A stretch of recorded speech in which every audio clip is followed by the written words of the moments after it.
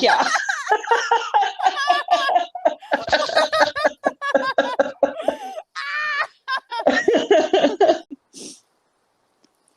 Hello, and welcome to the Gold Pill Podcast. I'm Amy. Just kidding. I'm Meredith, and this is Amy. Hello. Hello, Amy. How are you doing today? Oh my gosh, I'm doing great, Meredith. How are you doing? Good. And it's like, okay, so I've been doing a lot of ritual, especially since I live by myself in a cabin, like a fucking whatever, like a witch, basically. And Yes. I've been doing all of that, and I feel like my life just like spiraled into infinite directions, and now I'm just overwhelmed and like I'm just like, okay, I keep trying to remind myself that I can hold it, that I can do it, that I can handle it, Mm-hmm. Because you can. Yeah. Mm-hmm. But also, it's a lot. But it's good a lot. It's like, oh my God.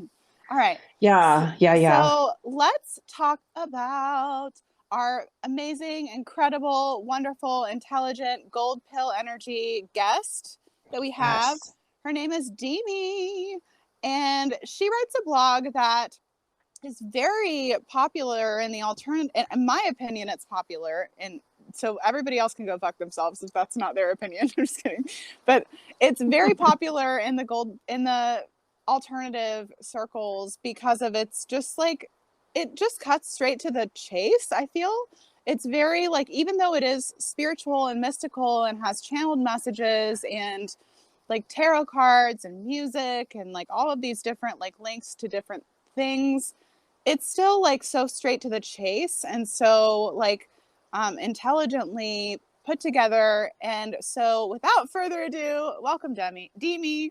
Welcome Demi. Hi, thanks for having me. Yay. Thank you so much. Thank you for being here. Yeah, absolutely. Same. Thank you so much. Yay. So I have so many questions, and like just so everybody who's listening to this knows that we literally like had to corral ourselves to shut the fuck up before we started recording. And so I'm just really excited to like just get right into the meat of it. So my first question is how did the name StarFire Codes, what does that mean to you? Like, how did that come about? It was partially information coming in from my guides, and as I was choosing a name and choosing a direction to take this, they were guiding that too. But it comes from the Star card and the Hermit card. So in the Hermit card in the tarot, the star is leading the way inside of the lantern that the hermit is holding. So that's the logo. That was what I came up with for that. So oh my gosh. Yeah. Go ahead. The 3D version, when you see it, it's the flat 2D version, which is the Star of David, but the 3D version would be the Merkaba. So that was what I put inside of the lantern, and then used that as the logo. So smart. And when I saw it initially, and maybe this is just my own like me seeing what I want to see, because I don't even think I saw that when I looked at the logo. What I saw was like a star inside of a cage that like the door is open, kind of like the allegory of like Plato's Cave a little bit, where like the door is open, you're free to go see the outside world if you want to. It's funny. I was just talking about this morning because I was talking about the tarot, and I was talking about how most tarot readers will always say that their least favorite cards are the Five of Swords or the Seven of Swords. Yeah. And the Five of Swords, because it represents, winning at all costs. It represents the sort of negative energy, like even though you've won, at what price, right? Right. Yeah. Or the Seven, which usually connotes some sort of sneakiness, some sort of betrayal, theft, cheating. Yes. But usually to me, and in regards to most people, if you think about the way that most people think, it's generally not that. It's some form of strategy. So those two cards don't necessarily bother me. If I'm seeing it and I'm not seeing a bunch of cards surrounding it that look negative, I'll always read that card as a strategy, right? So this person's trying to get their ducks in a row and really think something through to figure out, how do I get all 7 swords out of here? That kind of a thing. So my least favorite and most favorite because of that, and the one that I'm obsessed with because it's funny how that works, is the exact same thing that you're saying about the star being trapped inside of the lantern. It's the 8 of swords. Oh my gosh, you can literally just get up, bitch, if you want to, nobody's keeping you there, but you have your blindfold on, which is weird because you could also take that off at any time. Exactly. And what we're going through right now in society is that card.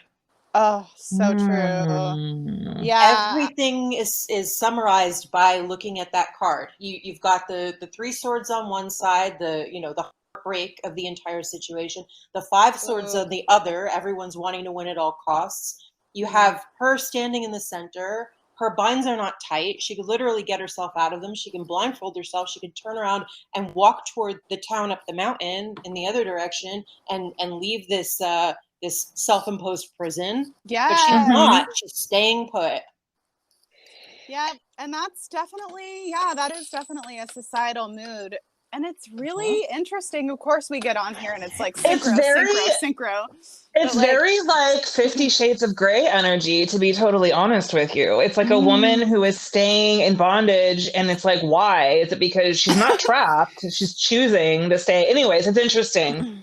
Yeah, and there's so many about that with consciousness. So many different moods that you have that are surrounding what's going on right now. That are different ways that you can read that card. That card is so relevant, and that's why I developed this love-hate relationship with it, because it's also thinking about the Earth as a prison and thinking about ways to escape the matrix, as as so many people are obsessed with thinking about right now, to escape Earth prison, to just any sort of direction that you want to take that, any self-imposed imprisonment. Yeah, it goes there, and we're in layers of it, like a tesseract. Yes, but totally. Maybe it's like this too, where it's like she escaped the matrix and now she came back because she's, I don't know, like there's that kind of thing too, where it's like, don't be in the world or don't be of the world, but be in the world. I don't know. I just have this, it's so interesting that you're bringing this up right now, because you're right. It is such a huge symbol of like everything that's going on. And you think culturally about that imagery, and it's everywhere. And it's been that exact kind of vibe has been everywhere probably since the 2000s started, you know what I mean? Or 2000 began. I remember really seeing that idea start really getting some play, like late 90s, early 2000s, and then it's continued, and it's kind of become more and more of a trope, like in pop culture. It's like more accepted by a lot of people, this thing. So I don't know. It's very interesting what you're bringing up. Yeah, totally. I think it's interesting too how you brought up how like the poison is the medicine. I mean, you didn't say those exact words, but like the wound is where the gift is, the poison is the medicine kind of energy too, because I've been thinking a lot about like how, because I think about escaping the matrix Earth prison every day. Actually, it's funny. And, one thing that I've kind of discovered is like people want to go out, but actually, because we live in an inverse world, to escape, quote, because really, if you're escaping something, you're already, but that's a different topic. But like to go like inside seems to be like the quickest way, quote, out, but absolutely. Right? And that's what people don't notice or recognize, and that's part of the trap, is to keep you engaged outwardly, so that you feel like you need to interface with all of these different people in authority positions in order to get to God, or source, or whatever you want to call it. Sure. Instead of going within and realizing that that's part of what makes you up. That's part of, the existence of you, is having that field around you and accessing that as, what, scientists would call the quantum, but it's really source consciousness, and everything has consciousness, not just us, but matter. So, and energy. So, in all of that, and in knowing that you can go inward in order to, to talk to your own selves, to get to a place of healing from that as well. I'm sorry. Go ahead. I want to let you finish. You're so inspiring. I'm firing at like all cylinders right here. I wanted to like briefly circle back to this idea that like the poison is the medicine or whatever, which is really funny because that is what a V is, right? And then you think about how that is no longer what a V is. And I think that's really interesting too. There's like something to that where that has been transformed in like the eyes of science or whatever. I don't know, like an inversion of that even. I don't know. I'm telling you, please. It never was. Girl, preach. Go on. Mm-hmm. It was created to perpetuate these things. So in ways when things were put forward and people were saying that these things were contagious, really it was to propel the V's in order to get people to take those so that they think that they're, you know, protecting themselves from something, because then it demonstrates that they have the thing because they get the thing because they've injected the thing. Okay, so let's just come up with a couple of code words to avoid either triggering normies or censorship, whatever it is. So there's an So I'm going to go ahead and just jack Shane's codes for this right now, just because I'm like, they're useful, they're funny. They make me giggle like the first time that I went on his pod and talked to him. So I was like, okay. So there's an affliction going around. We're going to call that the joy. And then in like, there's a quote unquote solution, even though it's like an anti-solution, it's fine, for the created joy. And that's called the lollipop. And there are people who are choosing to forgo the lollipop and remain sugar-free. They're choosing a more natural evolution. Okay. This is like, he came up with that, and I'm like, you know what? This feels like a fun, like, just with these group of ladies, I feel like we can really, like, you know. The Lollipop Guild, yes. We represent the Lollipop. Oh, shit. No. We don't represent, the Lollipop Guild. No. But yo, I like that. I love that. Thank you, Shane. Yes. Thanks, Shane. We love you.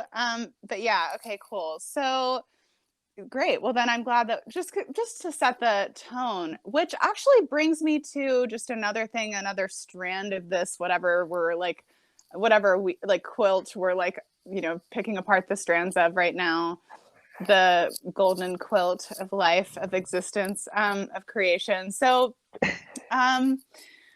so I wanted to talk about like what I first thought when I saw the name StarFire Codes.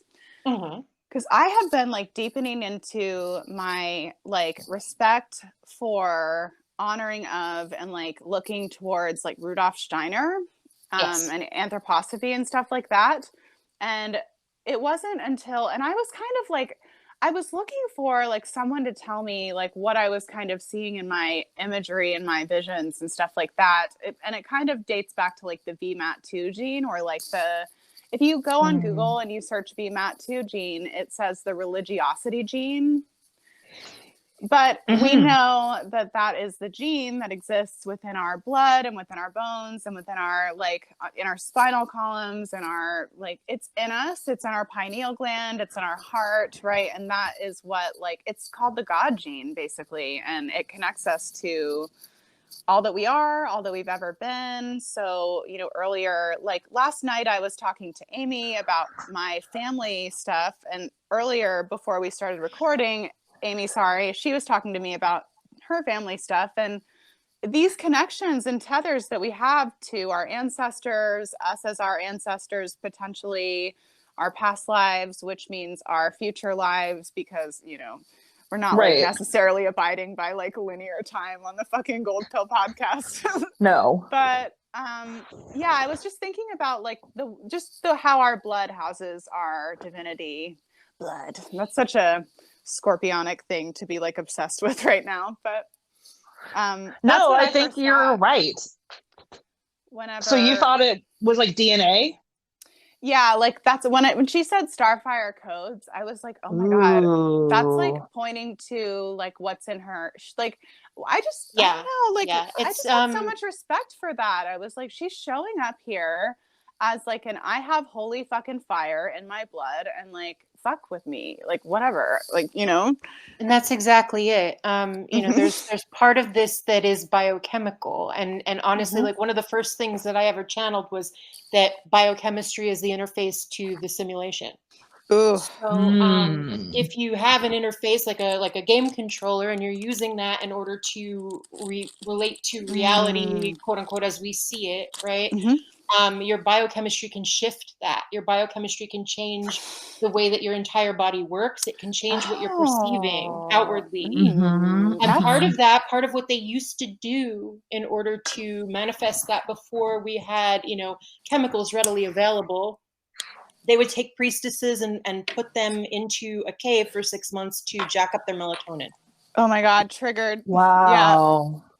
Yeah. And then they would take the secretions and utilize the secretions in order to create further longevity. Yes. Because of the melatonin content of the secretions at that point, after they've been in a cave for 6 months. That practice of like kind of hijacking like the like high feminine, I'm so triggered by you bringing that up. Like, thank you for bringing it up because of that. And also, hello, star in the cage. I know. I'm not sure if they didn't agree to it as part of priestesshood. Honestly, right? I'm not sure that it might be. Maybe some of them didn't, and maybe some of them were corralled into that because of their bloodline. But yeah, I think it was part of sacred duty. Honestly, yeah. So I. Sure that they, we look back on that and feel the way that we would feel projecting that onto them, but I'm not sure that they would felt the same Excellent way point. True, yes. Yeah. I wonder, because I know, okay, well, I have like some past life memory of like having just like my code siphoned by like dark magicians and Atlantis and shit like that. So I just feel like where there's an upright version of something, like somebody like takes that like as like something that they do for honor and duty. And then there's like the idea of like the Oracle of Delphi is something that I've also, I've had past lives of this. And one thing that I remembered was that like, and just kind of like came into this information was just that like, we were kind of drugged and like influenced, you know what I mean? Like to say certain things to the right people that came to us on, this very specific point, like sort of like a ley line situation, like positioned at the very right angle, and it's really, it's just like now. Oh my God. And I just moved on to a ley line, which is crazy. But that subversion of your will and getting you to say certain things and do certain things and capitulate in certain ways. Exactly like now. It is. And that's the thing. There's really nothing new under the sun, is there? No. Absolutely not. It's repetition. Damn, you guys. I love you. We love you.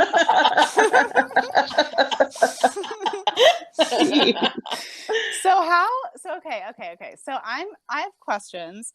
I want to know like how you became like this way or just how you became so like spirited and magical. Like, was it something that you came in with, and like, did you have this awareness like from jump that like something is not right, not in my body, not in my field, like? And yes and no.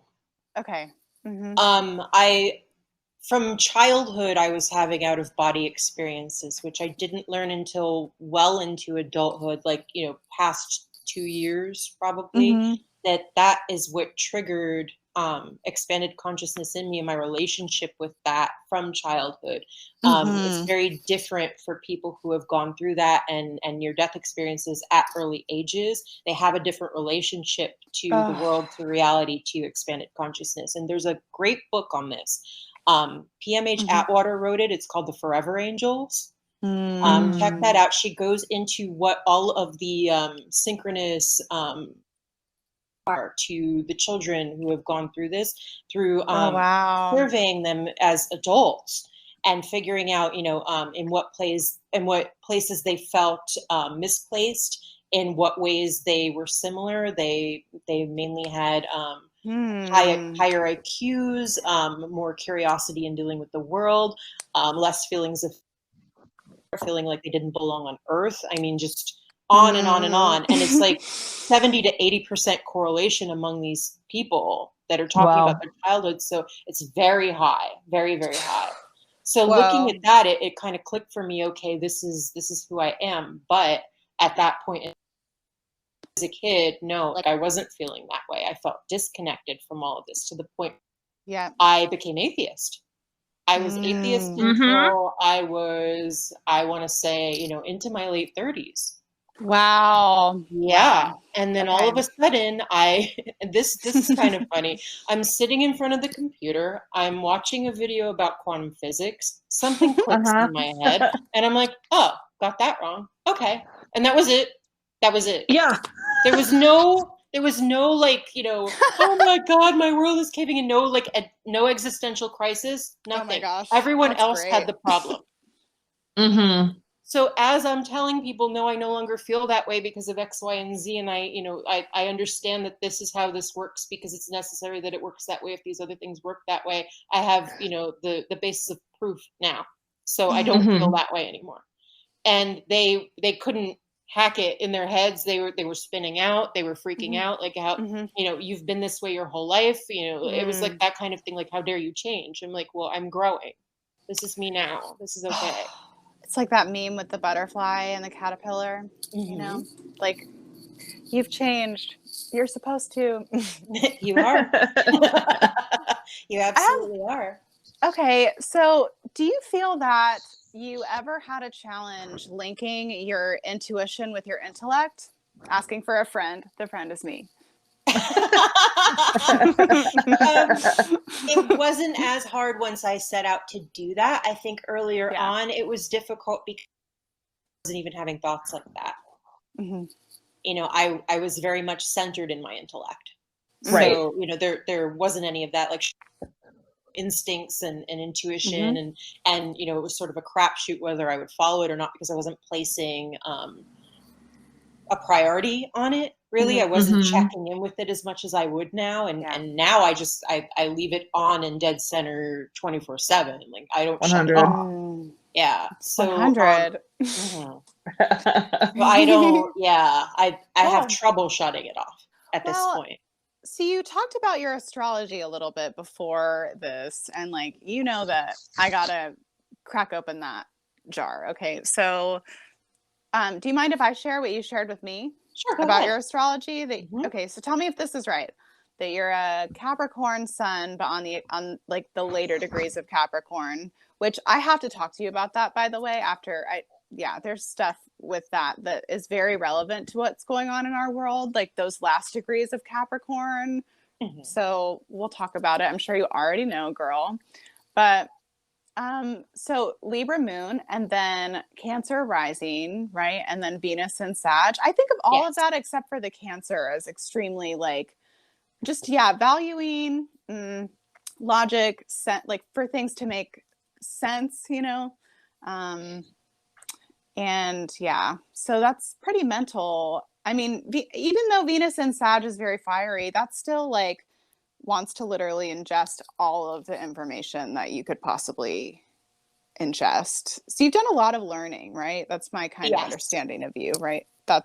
And then if you look at life path, North Node versus South Node, I'm Virgo North Node and Pisces South Node. No fucking wonder. Do you know what? Okay, I'm sorry. I'm dominating this conversation with Demi because I just feel, I just felt that. What degree, do you know, where that falls in the sign of Virgo Pisces? No, I'm unsure of that. I'd have to look it up. I have a lot of Virgo Pisces. We have to have some past lives together. I'm not trying to like be creepy or whatever, but like I'm like, no, it just makes sense now because I was so drawn to your material. Yeah. Good shit. Love that. Thank you. Awesome. Well, good. Cool. Yeah. Well, so when you say, how do you link up the past lives to the astrology? What did you mean by that? Because I don't think I, as a mundane person, understands it too well. Which is my reaction was low. Thank you for saying that. If you are wherever you're at, like your north node will be opposite of your south node, right? Okay. So your north node is where you're headed, and your south node is where you came from. And the balance between the two is your life path. Okay. I see what you're saying. Interesting. Well Fascinating. So the houses also make a difference too, but it's mostly the signs. So so for me, I'm headed toward Virgo, but where I've come from is Pisces. So I've come from a very exploratory, mystical kind of a background into moving towards something that's like very home-centered and regimented. Fascinating. Wow. So taking I had no idea. And making it that, and then also like part of that for me, because it's centered in my houses.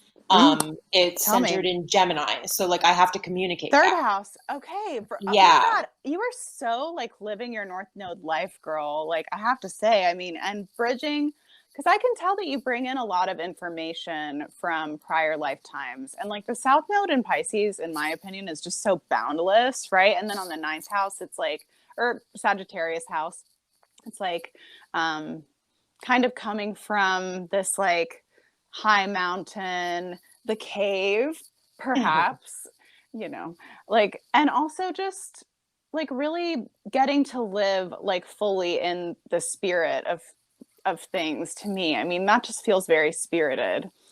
And then the Virgo North Node, I'm sorry if I'm just like reading this, but like it's almost like not formulaic, but you're really living it. Like it's perfect for you with what you're doing. The North Node in Virgo is a path that is of service in the present moment. So like it can't escape itself. Like it has to be here now. And like is very, like you have to like be present and like actually sit with data and like sit with like reduction and analysis and refining and like all of this, right? And like that's just and then the third house, she's got this blog and she's fucking killing it on a podcast. And, it's like, that's perfect for what you're doing. And the reason why I had that response, I think, just to kind of like get back to Amy's like kind of initial like thread there, was just that I have my Mercury, Venus, and Mars all in Virgo. Oh, wow. So like, hello, right? And it's in the ninth house, massive Virgo stellium. Oh, yeah, it's exhausting. My mind is like, it's like too much. It's too much. It's too much. And like, and I had like this download this morning that I was like, what in the actual I was like, it was too much. And then I have my moon in Pisces in the third house. The Gemini house. So I'm like, we have to have some past lives together. There's no like, that makes a lot of sense. There's a lot of crossover there. And then I have my stellium. I have Mars, Mercury, and my sun are all in Cap. Oh yes. And are they all in that last like those last degrees of Capricorn? I believe so. Girl, can we talk about that, because that's like huge in the astrology today. Like in 2020 there were 3 massive planetary conjunctions that were happening really from the 23rd degree of Capricorn to the 0 degree mark of Aquarius. And I'm sorry, but that is all on your shit, girl. Like the last few years, like talk about like having to fucking Phoenix the fuck out of everything, and having you're joking right now. Okay, I have to step in 1 second. Okay. My friend Lisa has this thing that she does at the beginning of every year, and she let me in on it this year, and she had me choose one for me as well. So she will choose a word intuitively that will be the trajectory of the year and the resonance of the year. The one that she chose this year was radiance, and she asked me to choose one, and mine was phoenix. Love that. Yes. All the synchros. The synchro machine is going to be broken at the end of this conversation. Oh my gosh. Okay, so yeah, no, that makes total sense. And I mean, really, like, I see it as not vindication, not that you ever want to be right. We don't want to be right. We want to be, I love, like, whenever I see the news and I'm like wrong about something, I'm like, fuck yeah. You know what I mean? Like, I'm like, I yes. wish I were wrong. I wish every day. Yeah. Every day. I know. That's a whole vibe, for sure. So,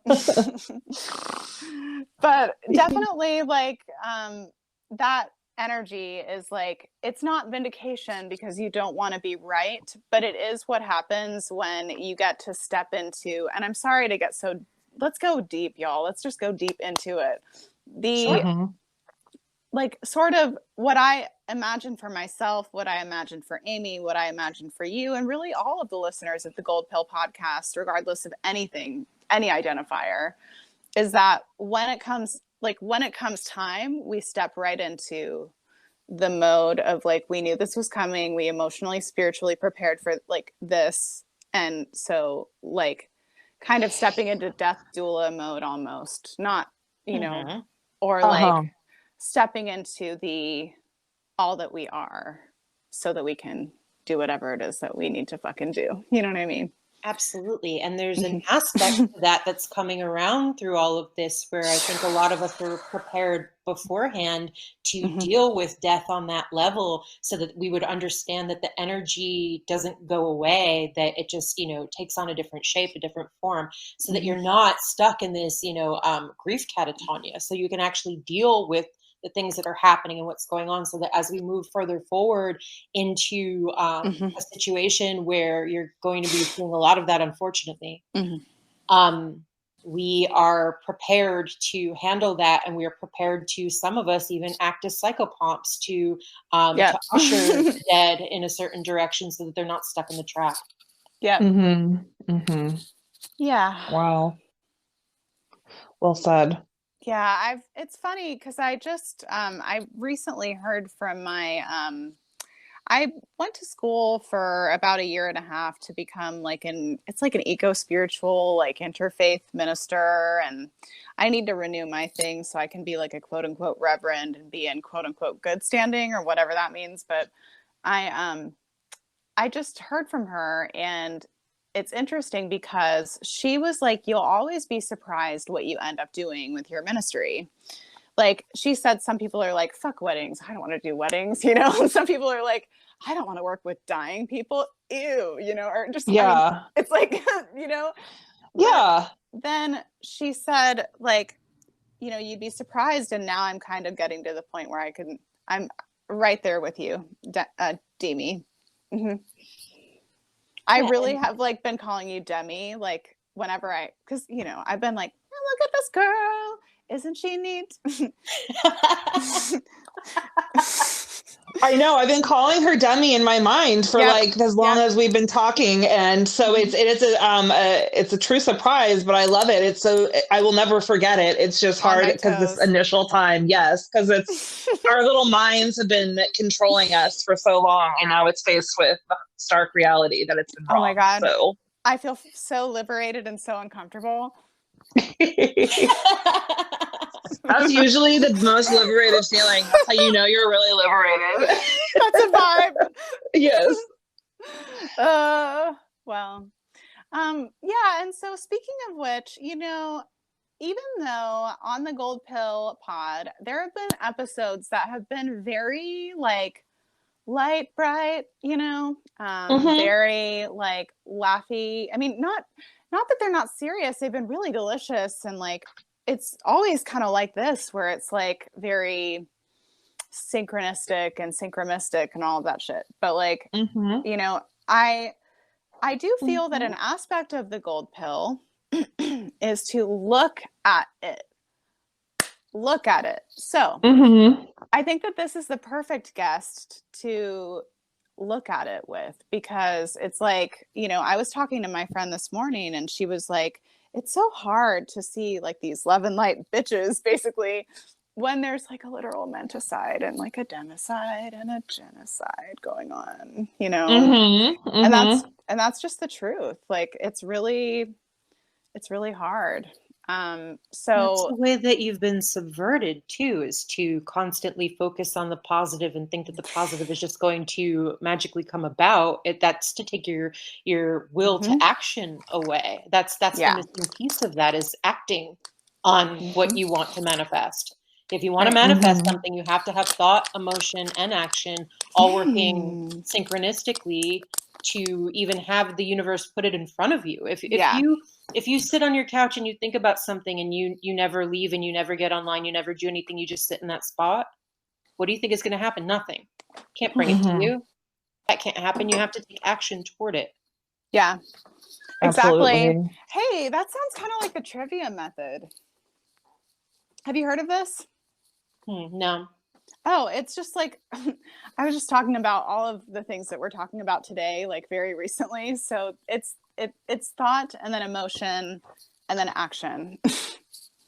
Yes. You know, like kind of weighing, because I feel that in some ways there's some people who are so cut off from their feeling sense. Yes. And then there's also so many people cut off from their thinking sense.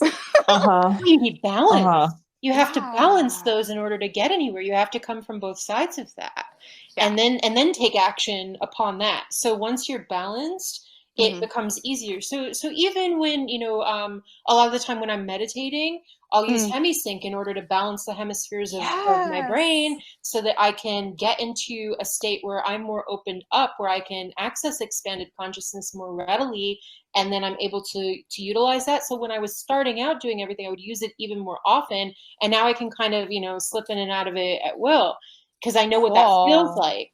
You know, like once it's sort of like getting muscle memory. Like if you're a dancer or something like that, you develop this muscle memory around you know, the state of your mind and where you bring it, you know. So the more you practice at it, the more easily you can just, you know, slip into that mode and then get to where you need to go from that launching point, you know. Yeah.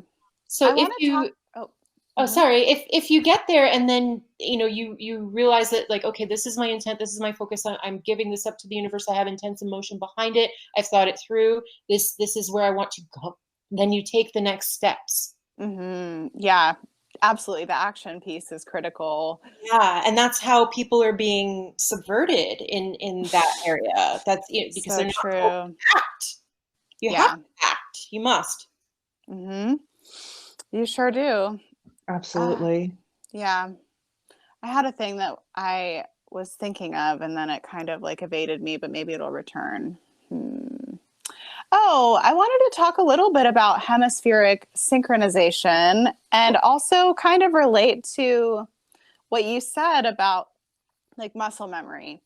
And this is one thing that I've considered in case we don't have, like at some point in the future, in case we don't have some of the plants and some of the supplements and some of the even foods or whatever that we have had access to in a system where we have been like bred into luxury a little bit, like even though we don't think it's, I think I was just talking about how like I use plant spirits that way, or like if I am not at my house and I don't have my supplements, I will call in like a certain, you know, like a frequency, like the frequency of rosemary or the frequency of jasmine or the energy of whatever that is, that essence, you know, so that I can exchange energy with it, just in case we don't have like what we need at some point in time in the future. You know, I'm not trying to cast that into the future, but I am saying like, you know, realistically, the supply chain is like pretty much like, it pretty much sucks right now. I usually tell people in terms of that is you prep in order to be responsible, but you don't carry that energy forward. You know that it's done.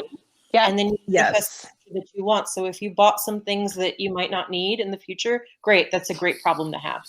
Right. Exactly. And, you know, I don't think that yeah, like, let's On the talk about spiritual level, preparedness. if you're collecting those aspects as a shaman would, and you're going and making those a part of your being, and then, what bad does it do?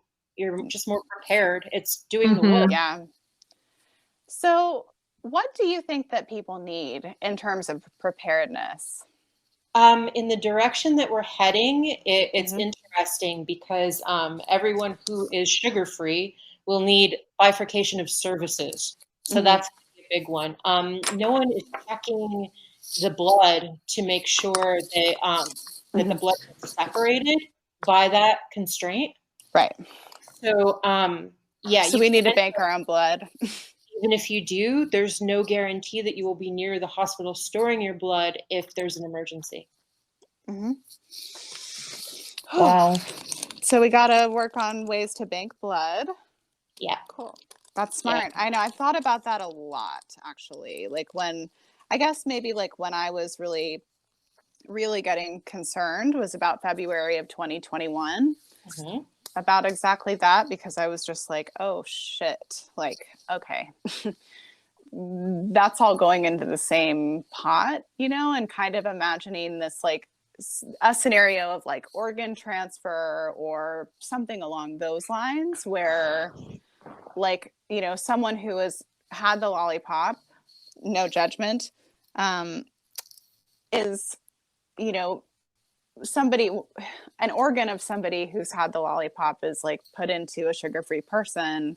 What does that create energetically for them?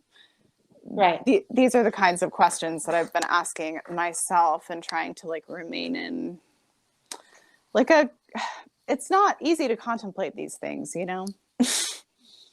energetically or even physically, because, there's a certain level of damage done by the components within the lollipop.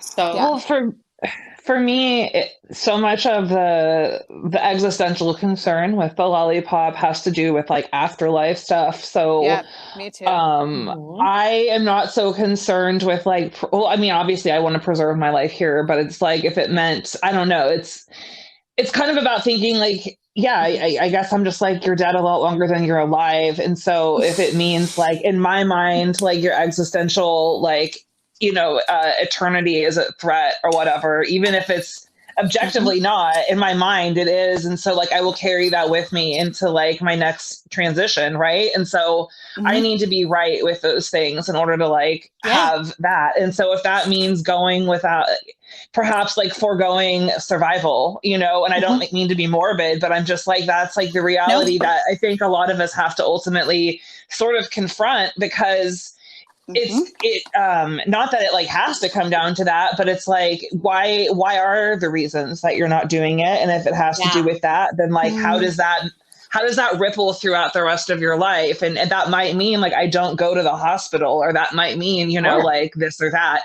And those are all just like, I think real realities of people who are on this path too. Like there will be other things set up, of course, but like, and again, not to be morbid, but it's like, I feel like, but okay, to like kind of balance out the morbidity, I also feel like when we're talking about the genetic codes and we're talking about things that kind of like develop within us, either through personal life experience or like through light codes, or however we want to see like this kind of thing that's happening to a lot of us, where like, I don't know how to describe it. Our lights are like shining a lot brighter, I suppose.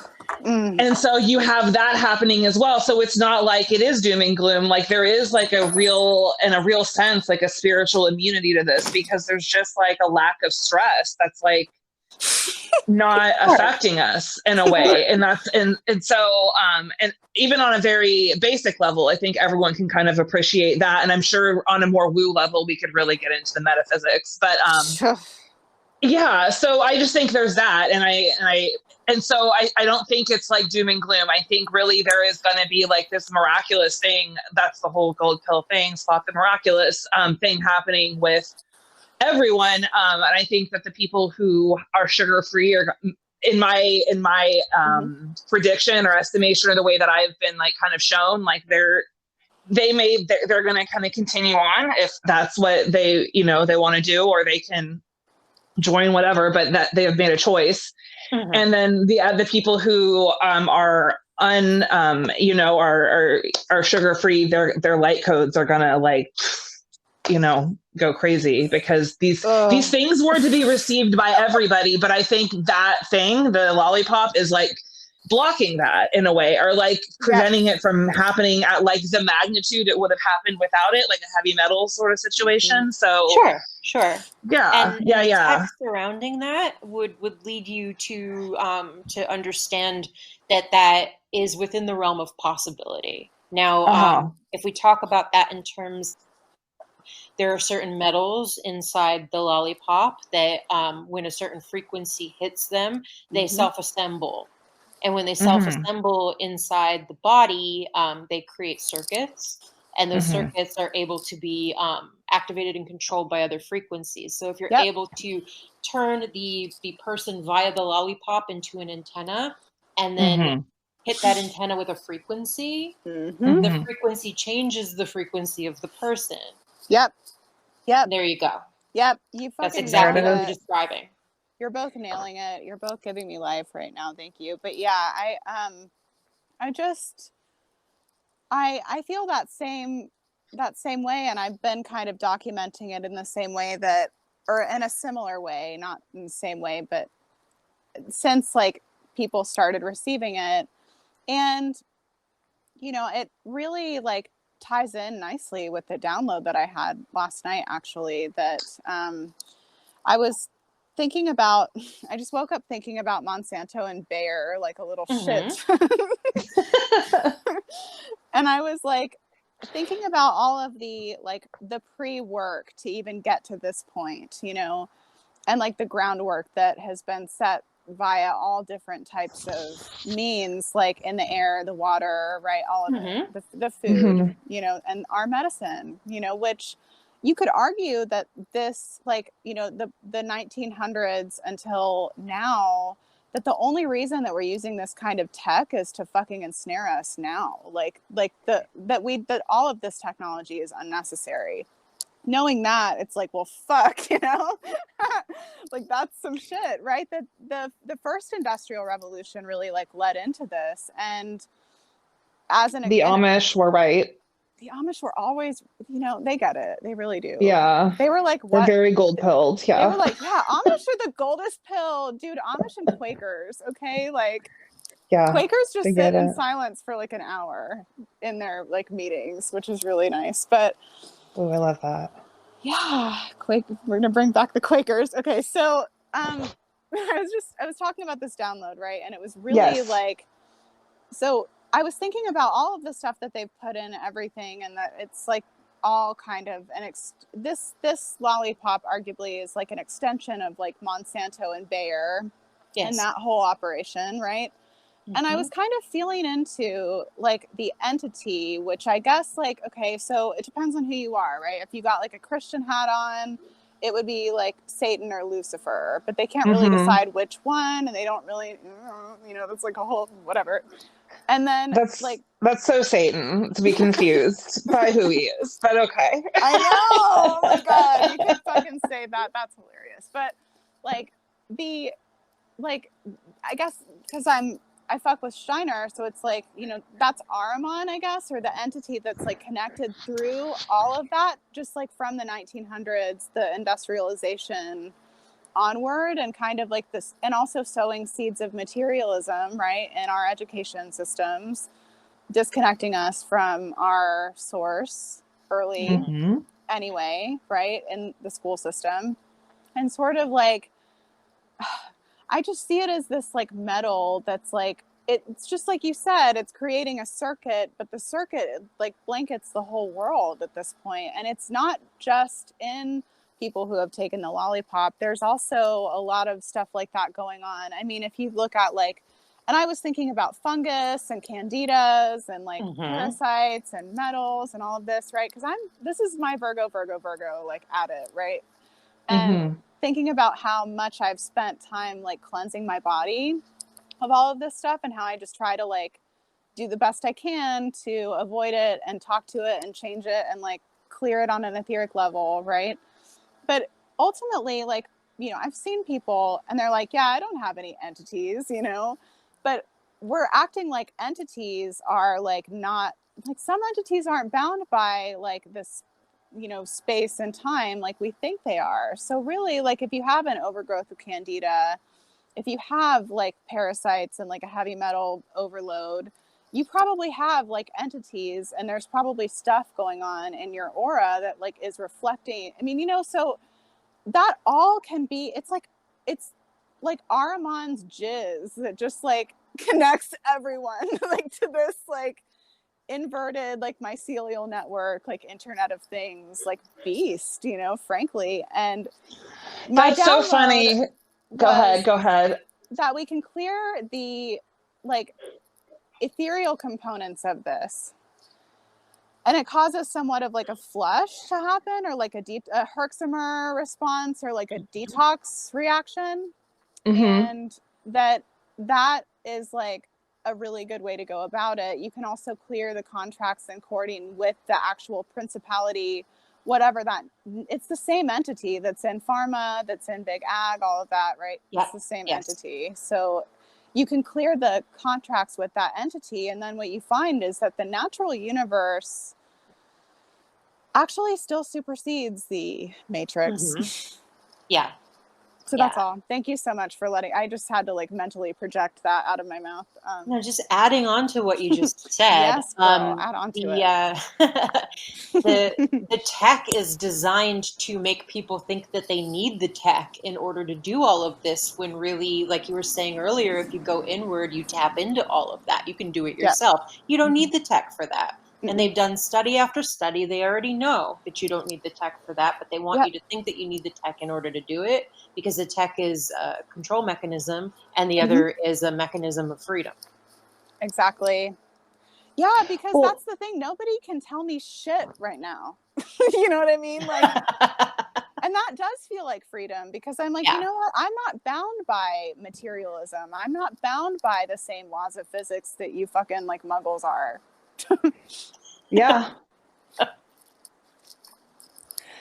And it's funny when you called it, just to circle back to Satan's jizz, when you called it that, it made me think of like big oil and this like ooze, and like truly the Teenage Mutant Ninja Turtles, like Secret of the Ooze. And I'm just like, it is this like ooze. It's like this black ooze. Yeah. And I was like, this is, and it's just amazing to think that like that is what enables technology. And also to think about how with the microplastics and stuff, like we are all part plastic, as we can detox all we want. And maybe we can get it out, mind over matter, but like the numbers are in according to like, the big science, and they say that we are all composed of part plastic. And I have a tendency to believe them, knowing what's going on in the environment and the ocean and the foods we eat and all that kind of stuff. So there we go. There you have it. We have to think critically here. Like, if they really wanted to, quote, save the planet as if she's like a non-living, breathing entity all her own, she does not need us. What the fuck? Like, no. Yeah. It's not like that. That's a whole inversion in itself. But like, to think about like the, damn it, I lost it. But it was about like, that's a black cloud over your consciousness right now. It's the black ooze signaling in. It's Satan's jizz all over your thought form right now. Your thoughts are being terraformed. Yes. It's the plastic. It's at work. It's working from the inside. You said it. You said the magic word, girl. You said it. You brought it back. Thank you so much. Okay, so you said plastics, and I was like, ding ding ding. That relates to what I wanted to talk about, right? Which was that like the plastics that you're talking about, if they really wanted to save the fucking, if billionaires and like fucking dark magicians really wanted to save the planet, they would not fucking constantly use plastic. Why are they using plastic? Does that corrupt our genetics? Does that, what? It's like, it makes no sense. It would be way more like cost effective to use glass anyway, I feel personally. Yeah. You know, it was so funny to me to call it back to, like, I think 2004 when the movie Mean Girls came out and they called them the Plastics. And, like, that has come to, like, mean so much more to me over time as that study has revealed itself to me. And I'm like, it really is a new kind of person. It's a kind of person that's, like, really into body modification, into, like, transhumanism in a way that, like, we don't acknowledge that, like, we have a human link. It's really into, like, maybe aesthetics. Or not, but it's this moldable thing, and like truly on a cellular level, anyways. Like we all have like this moldable thing in us now, and then you think about all the change that's like come about, you know, in like the last 15 years since that movie came out. I just think that I think Tina Fey was onto something with the damn plastics. I think she really was. So yeah. You were talking about that, and I posted a meme today that was Mean Girls themed. Oh, how funny. And it was like, it was the scene where they were walking, and it said, when you and your friends are like into ritual and human design and like mythologize our existence. Oh, yeah. But they were all wearing pink, right? Ooh, yeah, nail on the head. I just brought it back, girl. I fucking did. I did. Because they're all wearing pink. And, you know, so here at Gold Pill Podcast, we value things like eschatology and like looking into coding and like symbolism and shit like that. And there's like too much symbolism to ignore right now about like fertility and about like this cosmic mother. Okay, like just today, somebody commented on my YouTube video that I did about February, and they said that on 2/22/2022, which is also the exact Pluto return for the US, which is like another conversation altogether, but like that they're releasing this game that he likes that's called Destiny. Is fucking releasing this like whole game series thing called Wicked Queen, right? So we always talk about this like fertility and like this Venusian kind of cosmic mother 6 energy, right? Venus, Lucifer, kind of like morning star, evening star. Yes. Like we talk about this, and there's so much with that. It's kind of like the giving birth to a new race and a new planet type of energy. Go on, sorry. I'm having like total panic, not panic, like joy attack. Like I've been pinged. It was so interesting. I can't stand the monarchy across over in the UK, but fuck them.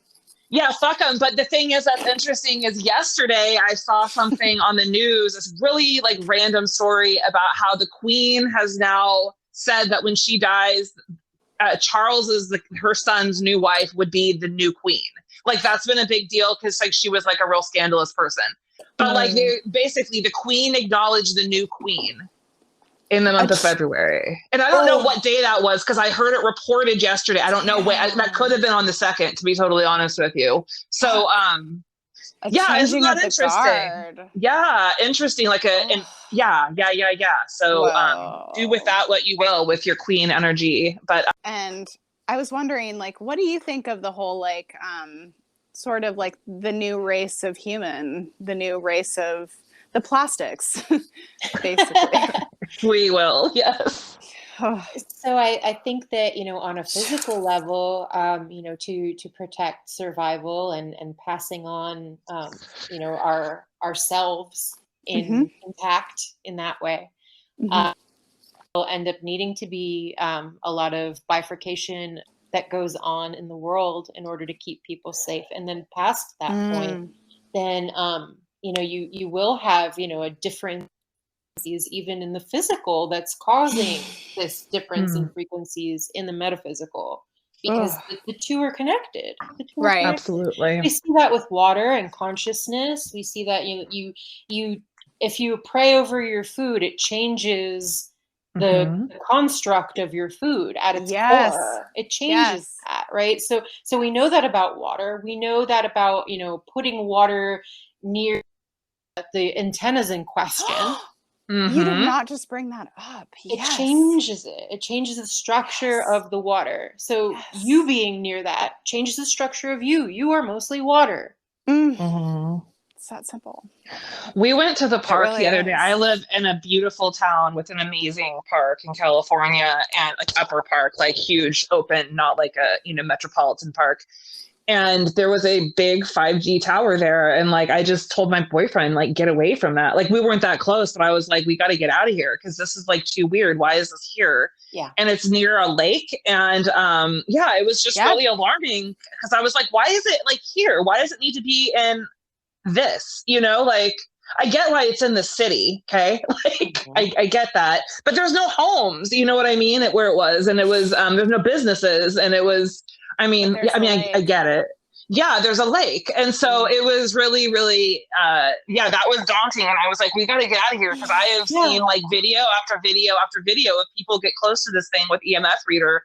And it's like, you essentially, I mean, you don't like literally get cancer, but like, it's no good. You want to get the fuck away from there as fast as you can because it's just like, ugh. And I'm not saying anything new here, but it's wild your how aggressive. Yes. It's literally changing your structure. Changing your structure. Dude, thank you so much for saying that, because it's like, because this is the year of the water tiger, right? And it seems like there's a lot of stuff coming up right now about that, about water, and like Jupiter in Pisces, conjunct Neptune in Pisces. That's very like Poseidon type energy, and like tsunamis and earthquakes and pole shift and, you know, all of this, right? It's very like, I just think it's really interesting that like we're even talking about water in 2022. It's almost like more important than literally any other time that we've ever existed to like fucking like reprogram to watch it always was but this is like, but there's symbology, I think, too, with like 2022, but it always was. So let us program our water. And like, so what would you recommend? Because I have like a whole water setup. You know, every truthy girl has like a water situation, you know, like the way that we like to do our water. So ideal would be reverse osmosis to pull out any impurities, implosion to restructure the water, adding frequencies to the water to change the water in the direction that you would like your healing to go, or your sense of self, you know, the whatever directions you would want that to take. You would program the frequency into the water, and then, you know, consume or use the water in that way. And then, you know, even with your food, because your food is mostly water, you know, setting intention with your food. There's a reason that people would do that before they ate. There's a reason that comes down in every tradition, praying on your food. That's why. Changes the structure of your food. Also, it thanks where your food came from. Your food was living. You know, it connects you back to that frequency of the animal or the plant or the mineral that it came from. Even with the with minerals, even, you know, with any kind of matter has consciousness. So it's the same. It's all the same. So, you know, you have to treat it like it is, and to treat it across the board like it is in that way. You know, the animals are aware that they're part of the life cycle. So are the plants. The plants will try to poison you, certain ones of them, if you try to eat them. You know, and so will the animals. You know, it's not that it's not that any one is better to consume than the other. It's that you have to know how, and you have to use those ancient traditions of how, and figure that out. And then, you know, you thank the frequency, and you change the frequency in order to, you know, when you consume that becomes part of you then. Yes, absolutely. You know, at the Gold Pill here, we also like to keep it very real. And I love that you two ladies are like very healthy and very like hyper aware of your water, as am I. I love a very clean, I'm not very healthy, but I do love like a very clean water.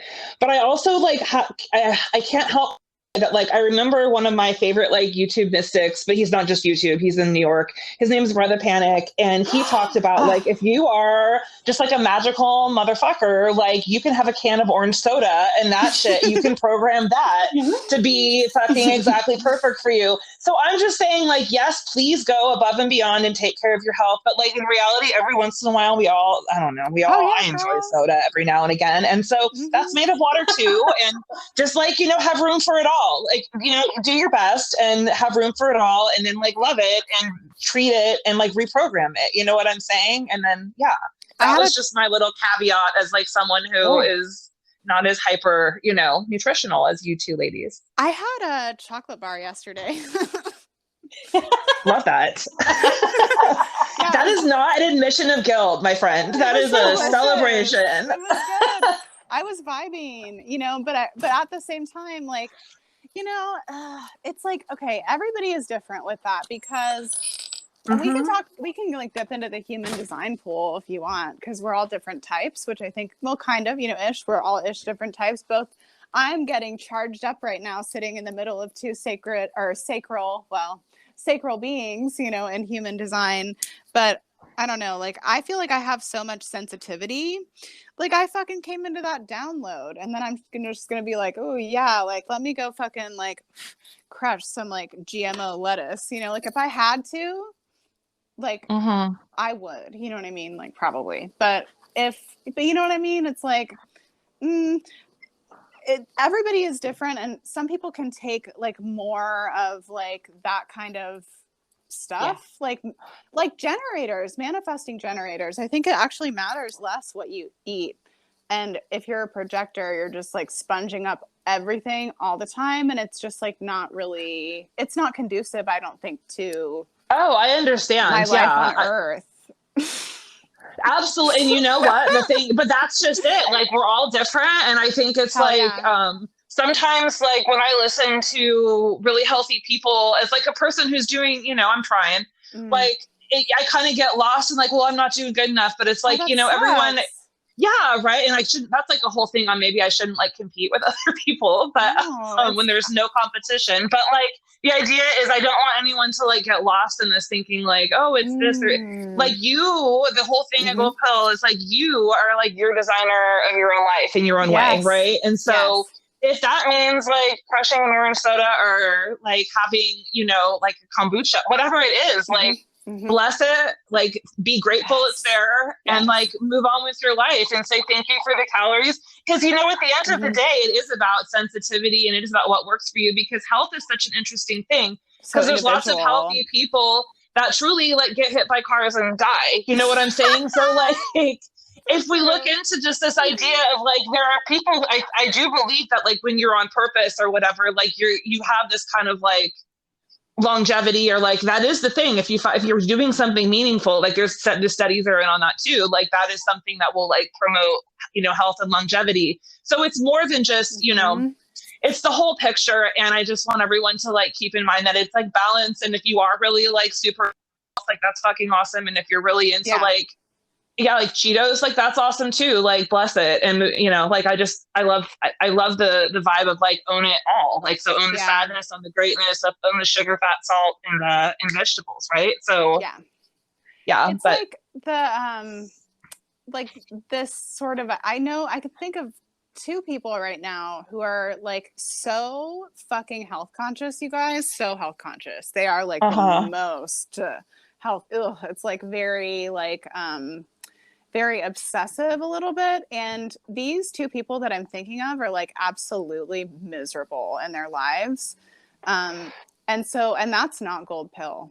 You know what I mean? Like that's misery is not. Yeah. So it's like, I never want to like make somebody feel that just because this is what I'm doing, because I'm actually like, I would fucking love to be able to have like a slice of fucking cheese pizza right now, but that's just like not the world in which I live. You know what I mean? Exactly. Yeah,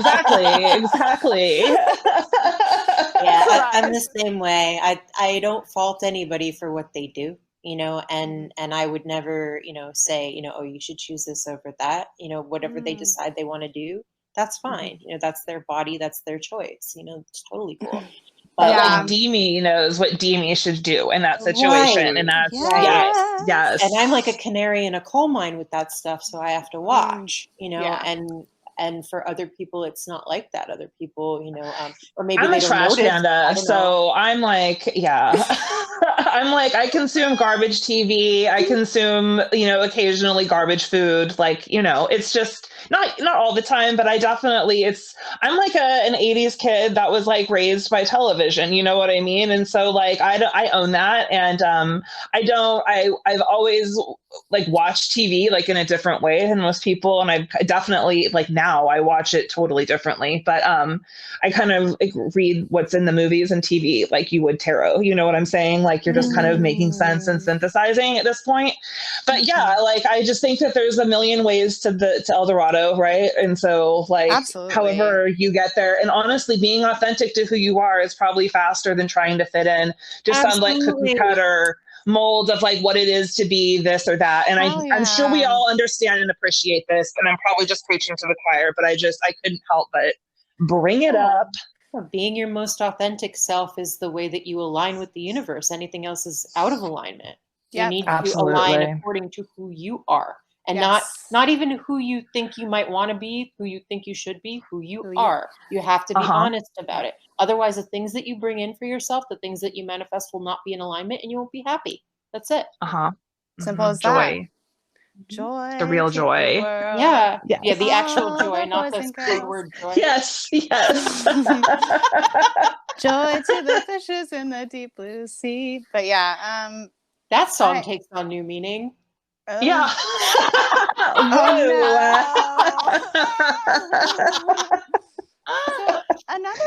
another tenet of the gold pill is personal responsibility. Because let's be honest, nobody is going to do it for us. I think that we really need to unlearn that idea. And that's a thing I think that really attracted me to your work was like you are like taking like full responsibility for everything in your scope. You're like looking at like all of these different pieces, like just that like threaten the very survival of like our version of human, really. And like you're trying to kind of account for them all to ensure safety, like preparation, survival, and ultimately your evolution as a spirit too, So it's like, I don't know. I just think that, what do you have to say about like personal responsibility or like accountability and like the difference between that and maybe like collectivism and like it's you that has to do this weird thing this weird black magic ritual that you have to do for me, like for whatever reason. What you're saying, about, the physical versus the metaphysical, we are all of that 100% of the time. Those things are not, separate in a vacuum. Those things are interacting with each other constantly. So, we have to be conscious of all of the versions of ourselves, spiritual, mental, emotional, the outer environment. We have to know that we interact, on all of those levels with our space and within ourselves, right? And bring that into, holistic balance. Right. So, when you're looking at it that way and you realize that all of these things are happening environmentally, you have to shore up what you're doing on, the micro level in order to affect what's around you in the macro. Okay. Yeah. So even where we're seeing like there's been an uptick in car accidents and payouts from insurance, things like this in the past year, we know why. It's the lollipop. So, as we're moving forward in time and we're about to see more of that, we have to think about, what do I need to do in order to keep myself and my family safe? Well, having enough in your home to sustain for a long period of time, just in case, would be one thing. Having a 4x4 so that you can get by on the roads in case the roads become much worse, which we're anticipating. Yeah. Different things like this. Knowing that if you're sharing space with people who are not sugar-free, there might be health implications involved with that. So being careful as far as that goes, and not those spaces help it. Wow. Or for short periods of time. I've been making sure everybody. Also, making sure that you're far away from the towers that we were talking about, because they affect the ecosystem and you. They affect your frequency. They affect, what's happening. They affect your water, your blood. Yes. And the entire ecosystem of that lake you were talking about. And I've seen pictures. I posted a picture in our chat on Telegram. There was a palm tree. It was a tower made to look like a palm tree, and there were several actual palm trees surrounding it that were all bent over in half like horseshoes around it. Oh no! Away from it, all of them away from it, away from the frequency, trying to get away. It's evil. It's weaponized. You can feel it. It reminds me of that. Yeah, it reminds me of it's really just like super eerie synchro that we are talking about this, because I have a 10% battery notification, just FYI. Just so I can throw that out there. But one of our girlfriends, she's very much like, headlong into the woo as well. We have a little bit of a chat that we have going, and I think she sent us this image of like structured water crystals. Water holds memory, which is that's a thing that we need to I think maybe look at or acknowledge. Oh, you can find this on the Gold Pill IG if anyone wants to see this. At Take the Gold Pill. Yes. But so then you look at what happens when the water is put near or blasted with 5G rays or whatever that is. And the water, the structure of the water is so corrupted, girl. It's very destroyed. Sad. Yeah, it's destroyed. And that's happening to people's brains. And I'm not sure, because I think that I've seen at least a video similar to what you're talking about, if not the same one. Sure. If they don't get into whether you can take that water and then, implode it and restructure it and how it turns out after that, or if you can, if you can basically rehab the water like you would rehab soil, take the heavy metals out of soil, out of the water, can you change it? And is there a way? So, I would like to see them try that, and, to not just put fear, but hope behind that. Are we able to do this? Are we able to correct it? And, knowing that you're near it, and knowing, what could possibly happen to you if you're not going outside, if you're not grounding, if you're not, even if you're not going outside, if you're not taking pains to ground inside, in whatever way possible that you need to do that in order to get that out of your system. How much of that is affecting you in your environment? How much of it is coming through your devices? Are you sleeping away from your devices? Are you giving yourself a break at night? Things like this, it's important. Yeah, just to, bolster your health as much as you can, because, in some areas, you can pick up 50 different signals from different people. You can't shield yourself from it. You're swimming in it. Yeah. You're swimming in it. It psychically looks like, and I feel like we've seen the same visual. It's weird. It's a weird mind meld situation, but I've seen it as that red string technology that they use in security systems, where you have to intricately move through whatever. I don't know what it's called, but it's the red string, the laser. I know what you're talking. Catherine Zeta-Jones will scale it in a heist movie. Okay, yes. Fucking boss, probably. Yeah. Yes, yes. So that's how I see that, what you were talking about, all of the different signals and the different frequencies, in an environment. And it's really important, I think, to be aware of, and also not to be afraid, because my personal belief, even though, of course, I've brought up all of this, I mean, it's horrifying. It's not that me bringing it up is horrifying, but it's horrifying that it's happening, you have to be aware in order to fix it. You have to be aware of where the threat is in order 100%. To rectify it. You have to know what the threat is in order to come up with a solution that brings you hope. You need to know all of these things. You can't just, it's like we were talking about before, you can't go all love and light, and the love and light thing, I have this whole other We won't even go there right now, but we should though. We should go there. Okay, yeah, there. We'll do that in a minute. Okay. But when people are like that, and they completely ignore all of the dark end of everything else, how do you grow? The darkest. You don't. You don't. That is the darkest of the dark. Yeah, you never realize that you're standing in muck because you're just constantly looking at the light. What are you going to do about it? You don't realize any of that. You never deal with your shadow. You never deal with, the way that the world works and come up with solutions so that you could get to a point of hope. You can get to a point of integration. Mm-hmm.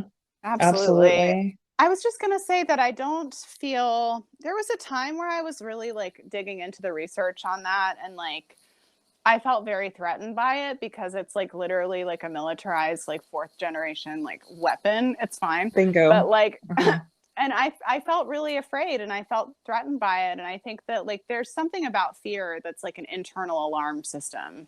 And it lets you know so that you can like rectify whatever it is. And having sat with there is no fear, there is only danger. Go on. Yeah. Hell yeah. Yes, there is no fear there. Yes. And so it's like maybe it's just like my danger receptors, right? We're going off. Yes. Yeah. But I got to this space where I was just like, I'm all G's, you know what I mean? Like, fuck you guys. Like, I just was like, nope, we're going to, like, I don't want to give that any I don't want to give it any of my energy. You know what I mean? I want to do the things like go outside and put my feet on the ground.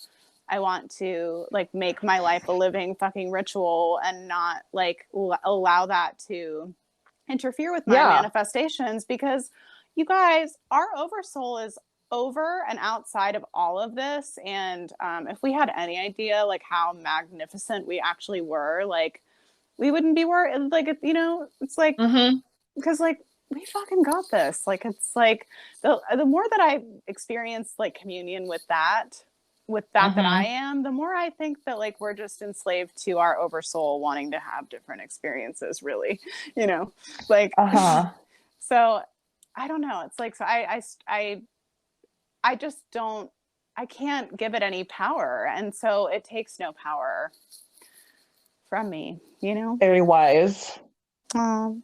Yeah, I think that's, it's like either let it give no power, or like my whole thing is like jujitsu, all the technology, and like figure out like how you can make this stuff like work for you. Like, again, be aware, and then go through the whole motions of like mourning what was, because there is what is now, and that is a world with all of these things. And so how do you make people more aware of how to like get the good vibes rather than like, and that's the good vibes after we've mourned, right? But how do we get people now that they're out of a death doula style, ladies? How do we do that? How do we get people out of a period of mourning into a period of like, well, it is what it is. And like, we're all still here and we're all still fucking killing it. You know what I mean? In a way like, and so how do we, but also like these things are all really like, it's a cacophony of like chaos right now. And it's like the manifestations are like through the roof, the time of how things, how quickly things are going and how quickly things, like how exponentially things are growing and like gaining momentum in good ways. And I'm sure in bad ways, but I'm really only focused on like, the really magnificent things right now that are happening, while still fully aware that is the, the beat that goes on in the background. Yeah. Like, and so I am just really, I want to get people on that level with us. And I'm sure you already are, most of our lovely listeners, but that's the deal, is like, how do we go into the rebirth process of going through, like, we know what this is now, but we're all still here. And so how do we still like find joy? And, like real joy though, not like creepy weaponized joy. Yes. Your perception. So you can decide, I want to take this energy and transmute it, which is what you're talking about. You can decide, I don't want to look at this energy in a dualistic way and make myself feel good and bad and good and bad and good and bad ad nauseum with all of this stuff. I can just choose to accept that this is what it is, and to decide, the experience that I want to have, and move forward in the direction of that experience. Right. Hell yeah. So you have all of these options. You get to choose. That's the whole point of being here, is getting to choose what experience you have. So, Exactly. you can paint it in whatever color you want, whatever direction you want to take that in. I paint it in gold. We just paint shit gold. That's what we do. I want to know about your like love and light spiel, because fuck that shit. Let's talk about it. You know what I mean? So, putting love is light. You're equating source energy with Luciferian energy. Yes. You're putting it on the same level, love and light together on the same level. Nothing is on the same level as source energy. Source consciousness supersedes everything else. Everything is connected to source consciousness, and because of that, nothing is at that level, because that level is everything. Yeah. So you can't put that on the level of everything and equate it, and that's the ruse. So love and light, that's the ruse. So I know. That is it right there. Like I could have gone on around that for probably about 15 minutes, but I think you just like cut to it, and that is 100% it. They are not the same thing, and that is the ruse. That is the illusion. Yes. And also you are connected to source. You are personally and everything else connected to source. So there is no equating something else with source. The source is the all, and that's it. It's everything. Yeah. And I also think of light compared to sound, and when some before there was light, I mean there was light, but like the word is like a big thing, and like sound, right? And the word, so you think about when something is sound, it's like really good, it works, it's like after the fact we've realized it's like it's a sound decision. But like when something's light, I think of like it being lightning versus the thunder, right? And like the lightning comes first, then the sound comes. So this idea of like even with the lollipops, right? Like if you are someone who follows the light, you might have been like, yeah, the lollipops seem really good because it's like an immediate solution to this thing. But if you're someone who follows the sound, then like you go, well, I'm going to wait and see what this is, because even if you already knew what it was like, I don't think this is a sound idea because of reasons X, Y, and Z. And there are a million why people have their own reasons. Right. And so I think that is, that's how I always compare light, or when I hear about light, and it's like a beautiful thing and it sounds really good, but it's like, ultimately it's like, it's what you want versus like what you need, which would be the sound. And that's my own like understanding of it. It's an inversion. It's when you follow the light, you end up like a moth to a flame. You burn up. It's like a primal instinct. Like it's something you can't override. It's something that subverted us. The religion that came before did not have a light. There was no light that you go to. There was no light that you go to when you die. There were tunnels. There were voids. In every expression of this in the earlier religions, you see tunnels and you see voids. You never have an expression of a light that you go to. The light is artificial. The light is an aesthetic trap. The light is meant to draw you in like a moth and recycle you back down here. And that's part of how the earth prison mechanism works. We have a hummingbird in my yard right now. That's my sign when I see my dad, and he is co-signing the fuck out of what you just said. I have a very like spiritual confirmation right now. That is so true. And it's interesting because my dad was kind of one of the first times that I ever considered like, death and like where we ultimately go. And like I had to really make peace with what happens when people die, because, it's like someone that you really care for. And I always thought of it as like a peaceful place where there is like nothing going on, because when you go to a hospital and die or whatever, it's like, chaos and like tubes and just like pain and misery. And I was like, the best thing for this person is death. And then when I thought about it like that, it was like, well, the worst thing that can happen to you is not death, like really, because I saw my dad go through like actual like physical hell before he died. And I was like, the death at this point is like a welcome reprieve. And it's silence. It's like, it's peace, because everything is source and it's all harmonious and like happen, you know what I mean? But like, right. I love this. I like absolutely love this. Yeah. And, I have a pact to, throw parties for, or vice versa, whoever goes first, so, at look at that, because the grief is for the living. The dead aren't feeling that. They go on to where they go. And the first thing I ever channeled was it was on repeat. It was the first thing I ever heard. I kind of tuned into it. I'm like, what is that? It was the first thing I glommed onto. I could hear it. And it was go to the void, go to the void. And then it was like kind of changing up a little bit. The light is a trap, go to the void. Don't go to the light.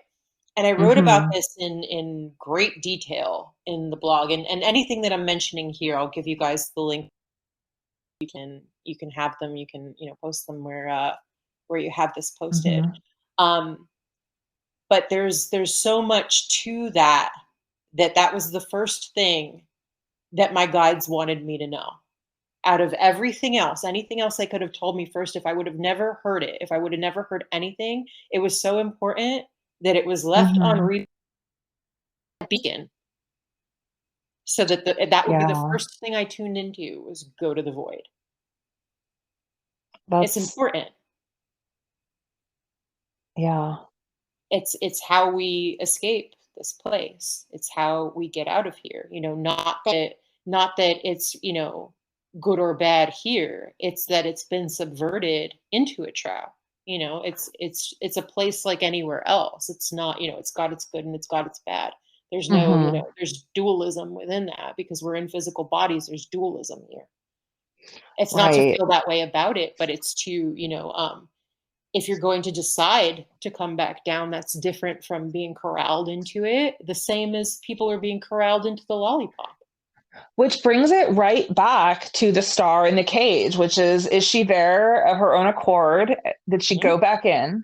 Or is she trapped there? But we know she's not trapped there. So is she there because she's stupid? I don't think she's stupid. I think she came back. And I think that it's a form of, not sacrifice, I'm sacrificing myself, but a form of just I'm willing to endure this in a way because it's lighting the path for something. You know what I mean? That's pretty magnificent. Yeah. I don't know. Or was she told that would be what this was, and and there it is. That because that's what she was told, and does this on repeat because she's been told that this is her mission, that this is what can't get it right. Come back down. Ooh. Yeah, when that's really a trap. So fascinating. Yeah. So perhaps we're being told that so that we feel some sense of obligation, and we come back down willingly, and we capitulate to that, just like we would willingly capitulate to the lollipop. Maybe it's the same thing. Mm-hmm. And we have free will, so we're able to make that choice. And you make that choice, hearing the voices of your family, and seeing them in the light, and having them beckon to you through the light, and it's my obligation to go in that direction. Well, maybe not. Maybe we get to choose where you go and what you do. Maybe you don't have to go that way. Oh, yeah. I can't with this conversation, you guys. This is so good.